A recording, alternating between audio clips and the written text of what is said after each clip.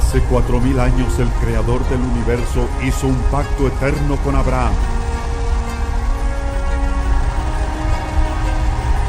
Toda la tierra, desde el Éufrates hasta el Nilo, pertenece a los hijos de Israel.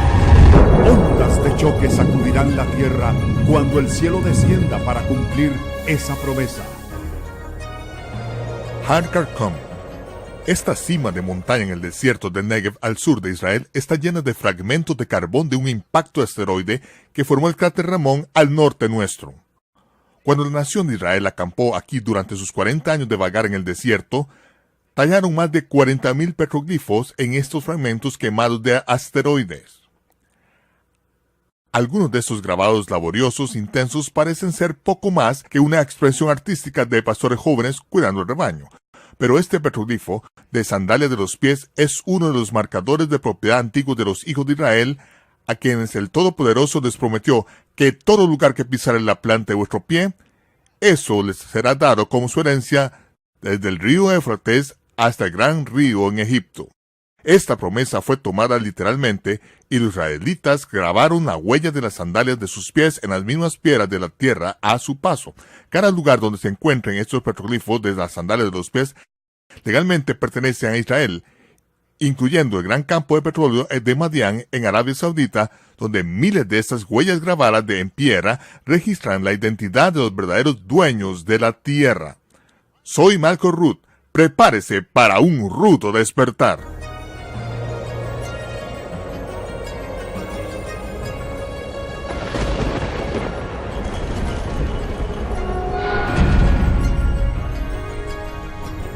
Prepárese para un rudo despertar. Con ustedes, Michael Root.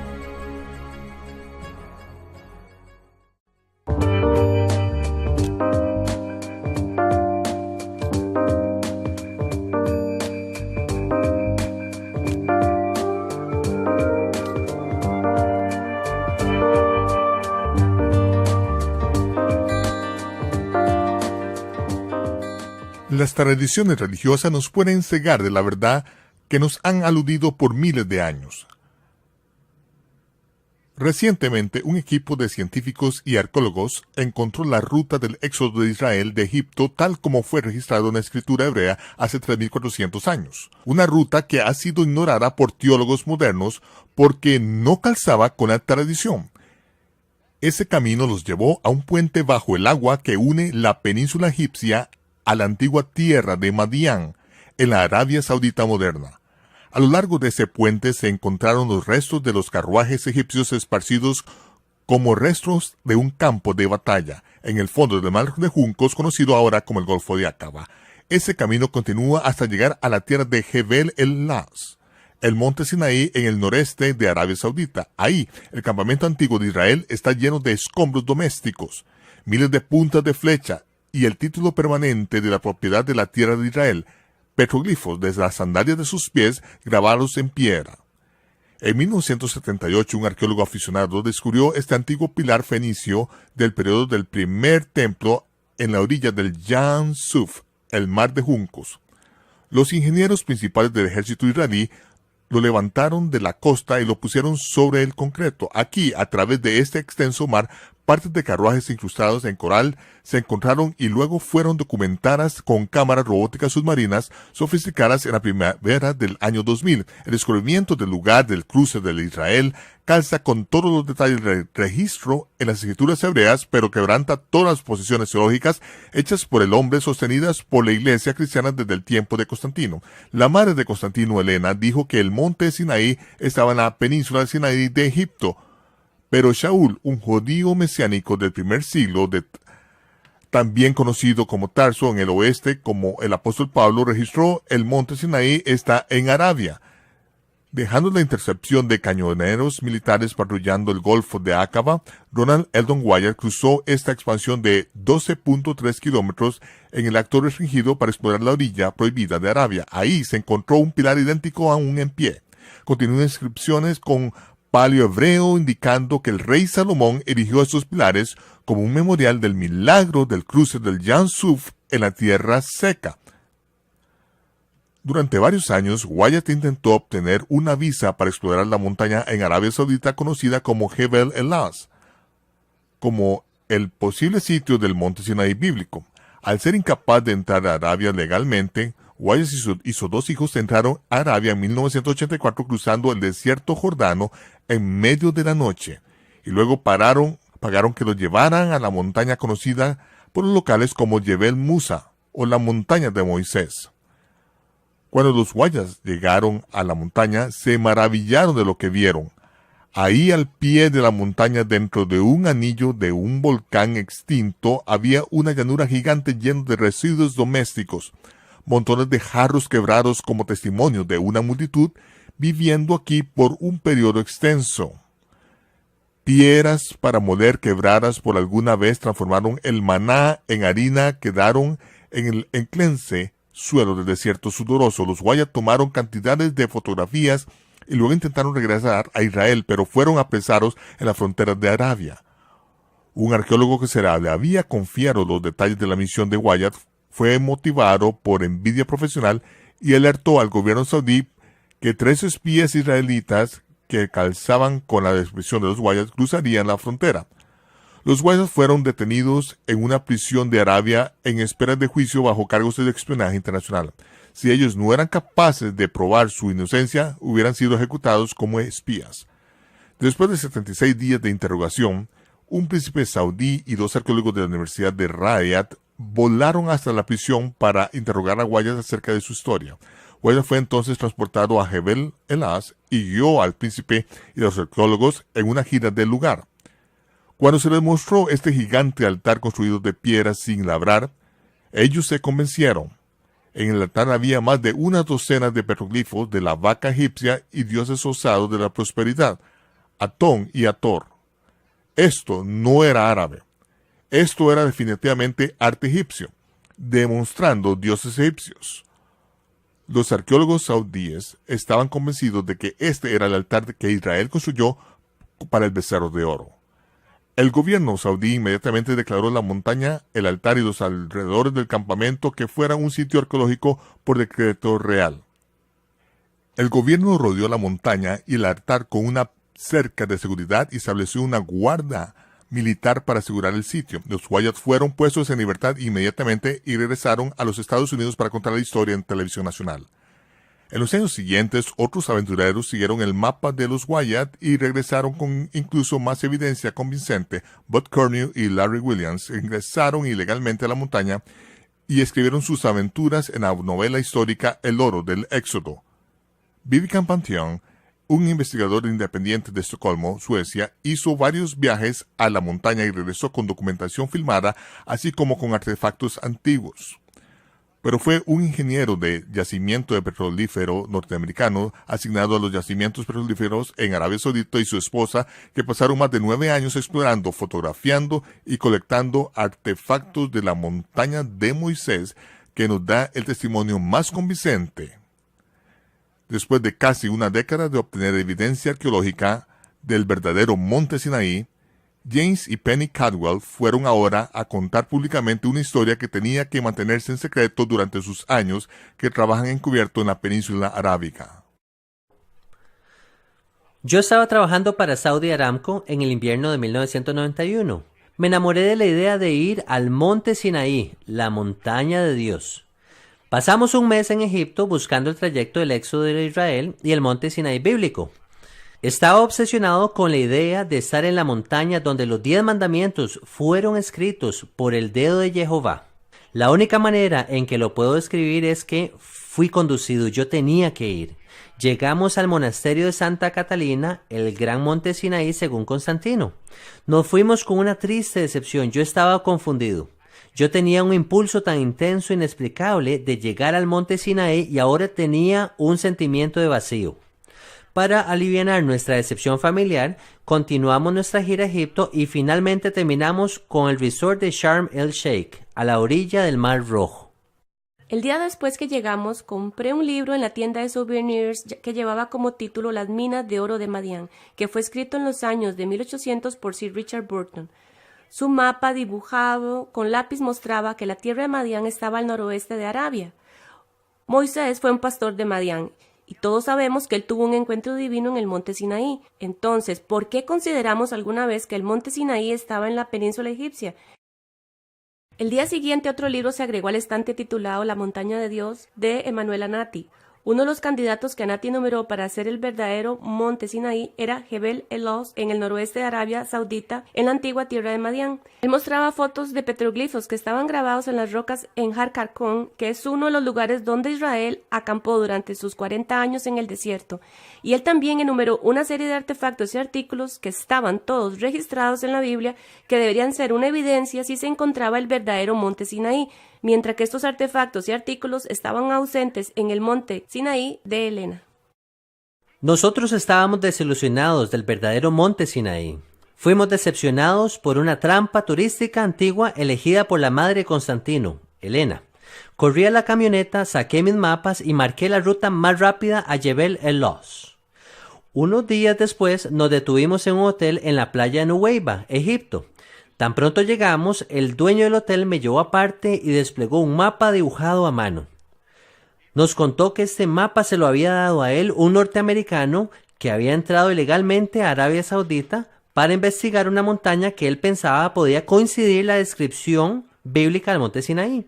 Lo que no sabíamos en ese momento es que ese norteamericano había sido capturado y puesto en prisión después de haber encontrado la montaña y fue deportado después de haberle quitado la evidencia. El norteamericano le había ofrecido a este egipcio una suma muy grande de dinero para fotografiar ruinas específicas en Arabia si él podía conseguir una visa para entrar en el país. Las ruinas a las que él se estaba refiriendo coincidían perfectamente con algunas de las descripciones que habíamos leído en el libro de Anati, tan solo unos días antes. Estudié cuidadosamente el mapa y de repente me di cuenta que esta era la misma montaña que yo había trazado justo ayer. Yo había sido guiado por la mano del Todopoderoso a los dos lugares en el Mar Rojo donde las pistas de la ruta del Éxodo y la ubicación del verdadero monte Sinaí habían sido preparadas y estaban esperando por mí. Ahora sabía dónde encontrar la montaña de Dios, justo donde siempre había estado, en la tierra de Madián, en el noroeste de Arabia Saudita, donde Moisés pastoreó sus ovejas hace 3.500 años. Nuestra ruta hacia el monte Sinaí en realidad era una peligrosa aventura familiar. Nuestros niños Lucas y Chelsea exploraron esa extensión del monte Sinaí con nosotros año tras año a medida que colectábamos la información y los artefactos para analizarlos. Cuando primero llegamos ahí a la montaña nos dimos cuenta que el gobierno de Arabia no estaba jugando del todo. Los saudíes habían levantado una cerca de seguridad ahí al pie de la montaña y hay una casetilla de seguridad dentro y del letrero de no pasar en inglés y en árabe. Hay un altar de piedra también con petroglifos de Atón y Ator y está completamente rodeado de una cerca de seguridad. Durante nuestras 15 expediciones, ya en la montaña, en la última década, fuimos capaces de cruzar la cerca y de tomar fotos detalladas para un estudio más profundo. Investigamos los restos de un altar y una multitud de animales que había sido reunida en el área de sacrificio. En el desierto que rodea por el sur vimos miles de puntas de flechas egipcias, algunas con puntas militares para pelear contra los amalecitas, algunas con puntas de ave para cazar codornices y otras puntas de flechas para cazar las ovejas salvajes que aún habitan en el desierto. A medida que colectábamos la evidencia, proveíamos copias de fotografías, videos e incluso algunos de los artefactos al norteamericano que había dibujado el mapa, Ron Wyatt, y luego proporcionamos incluso más tomas a Bob Cornu, que también había estado ahí en la montaña. Nuestros videos y fotografías habían estado ciertamente circulando por todo el mundo, pero nadie tenía permiso de revelar la fuente porque aún estábamos viviendo en Arabia. Nos arrestaron y fuimos interrogados por las autoridades en muchas ocasiones, pero continuábamos verificando la documentación año tras año. Y había mucha gente que dudaba de la autenticidad de la evidencia que estaba circulando durante años en los medios, y era primordialmente porque aquellos que estaban transmitiendo la información eran muy fieles acerca de su promesa de protegernos. Ellos habían estado ahí y sabían que nuestras vidas y las vidas de nuestros hijos estaban en peligro. Pero ahora estamos a salvo de vuelta en Norteamérica y podemos contar el resto de la historia. Ahora podemos llevarlos con nosotros a medida que exploramos la roca de 45 pies de altura que se abrió cuando Moisés la golpeó con la vara.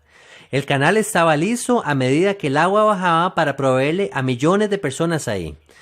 Ahora los estamos llevando detrás de la cerca de seguridad para ver el altar del becerro de oro con todo su detalle. Los llevamos dentro de la cueva donde Elías moró y oyó un susurro. Los llevamos al altar que Moisés construyó después de su victoria sobre los amalecitas. Los llevamos a Elim, el lugar de 12 fuentes de agua y 70 palmeras, donde Israel se refrescó en su camino al monte Sinaí. Luego los llevamos en un viaje para ver el descubrimiento más emocionante de toda nuestra aventura. Un descubrimiento que tiene un gran significado para la nación de Israel en los últimos días.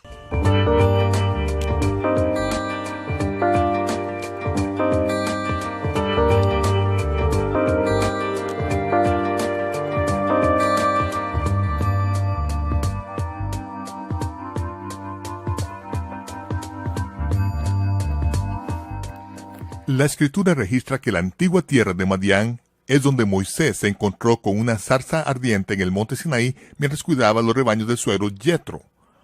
Moisés recibió instrucciones de llevar a Israel de vuelta a esa misma montaña de Madián para adorar al Elohim de sus padres. Después del milagro del cruce del Mar Rojo en tierra seca y la destrucción del ejército egipcio en la que le seguía, Israel fue refrescado en las 12 fuentes de Elim que produce agua fresca hasta el día de hoy. En el Sinaí, Israel construyó un altar para que el becerro de oro y construyó otros 2 altares de sacrificio en el área. Y Moisés golpeó la roca de donde salió un río de agua en el desierto. Todas esas características aún son visibles en la antigua tierra de Madián y sin embargo ninguna de esas características se encuentra en el Sinaí de Helena. Después de casi 2000 años de tradiciones falsas, resulta que las escrituras hebreas y Rab Shaul están en lo correcto. El monte Sinaí está en Arabia.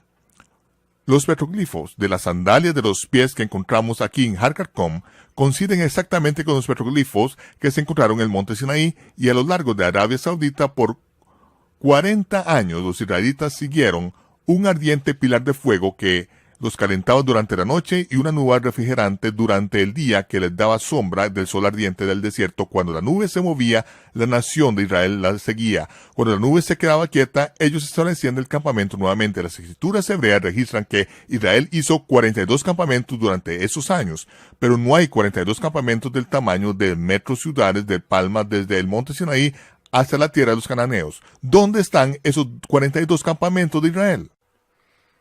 Encontramos cientos de estos petroglifos, las sandalias de los pies de los israelitas esparcidos a lo largo de Arabia Saudita. Están altamente concentrados en el área de la roca partida. Nosotros creemos que estas huellas son el título de propiedad real para la herencia de la descendencia de Abraham, y en ellas está la clave que resolverá el misterio de la andanza de Israel durante 40 años en el desierto. Nuestro tiempo de viaje y de acceso en esa parte del año fue severamente restringido, así que no fuimos capaces de seguir a dónde iban todos los trayectos con las huellas. Después de años de seguir los marcadores correctamente de los israelitas, creemos que la columna de fuego guió a Israel justo a través de la península de Arabia y a todos los lugares donde estuvo Abraham cuando el Señor le dijo: levántate, ve por la tierra a lo largo de ella y a su ancho, porque a ti te la daré.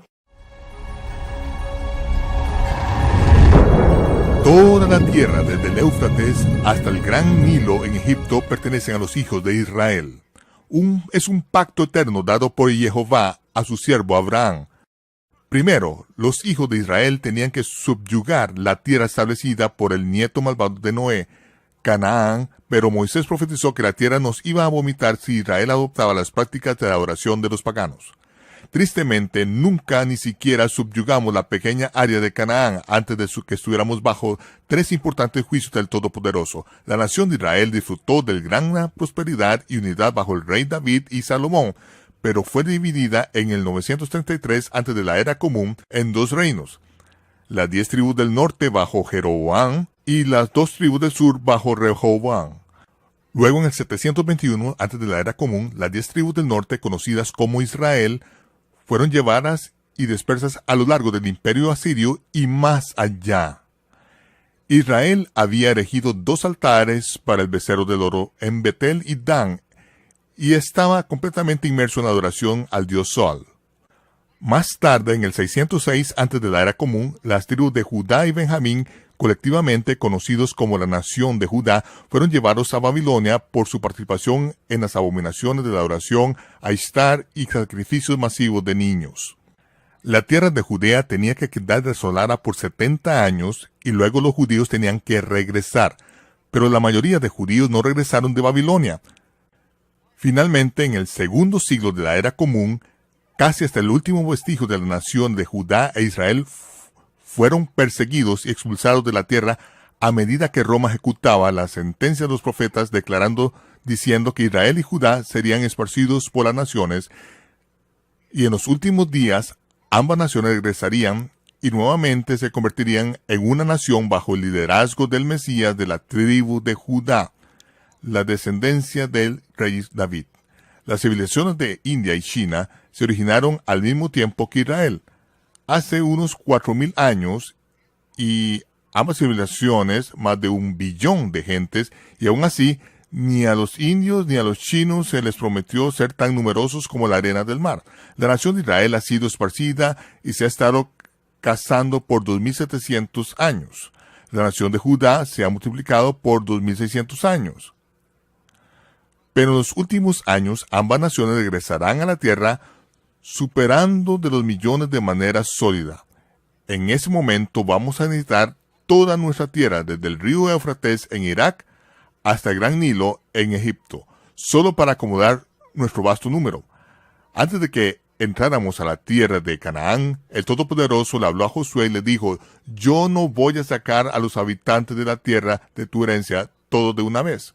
Las bestias salvajes invadirán la tierra antes de que ustedes alcancen una población suficiente y grande para contenerla. En el fin de los días, nuestra falta de población no será un problema. Y el Todopoderoso ha prometido que Él sacará a los habitantes ilegales de la tierra que no reconocen el título de propiedad de la tierra que Él ha barrido de su mano, sin importar los planes mundiales de las Naciones Unidas para un nuevo orden mundial.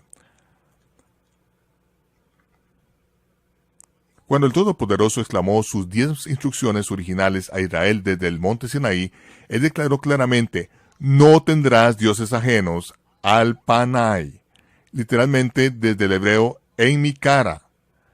Él poco después fortaleció esta declaración al ordenar ni siquiera mencionan el nombre de dioses paganos o sirvan de alguna manera que se asemejen las acciones de los paganos. Eso es una abominación. Sin embargo, los israelitas que acababan de salir de esa esclavitud de una cultura pagana forjaron un becerro de oro para representar su fe en el Dios verdadero. Aarón exclamó: mañana es una fiesta para Jehová. El Todopoderoso estaba tan impresionado por la manifestación de devoción de ellos para él al dedicar una festividad pagana en honor a él, que él quiso incinerar la nación completa. No, dijo él, no me sirvan de la manera que los paganos sirven a sus dioses y diga que lo están haciendo para mí. Se los digo, si ustedes me quieren adorar a mí, obedezcan mis mandamientos y hagan fiesta 3 veces al año exactamente en la manera que yo lo establecí. El Todopoderoso odia las celebraciones paganas derivadas de la adoración babilónica al dios Sol. Si usted dice que le ama, guarde sus mandamientos, ellos no son gravosos. Ahora es tiempo de salir de Babilonia. Las religiones modernas se han burlado de la autenticidad de las escrituras hebreas, sustituyendo sus propias reglas y regulaciones por los mandamientos simples de vida dados por el Todopoderoso. En la antigua tierra de Madián, en el mismo lugar donde Moisés pastoreaba sus rebaños, el Todopoderoso ha preservado un testimonio en las piedras del Sinaí para que el mundo entero pueda saber que los mandamientos y pactos contenidos en las Escrituras son eternos. Las promesas y los requisitos del Creador del universo no se van a desvanecer de eso que está escrito en la Torá eterna. Soy Michael Root, invitándolos a que nos acompañe de nuevo la próxima para un rudo despertar. Y nos vemos cuando se despeje el humo.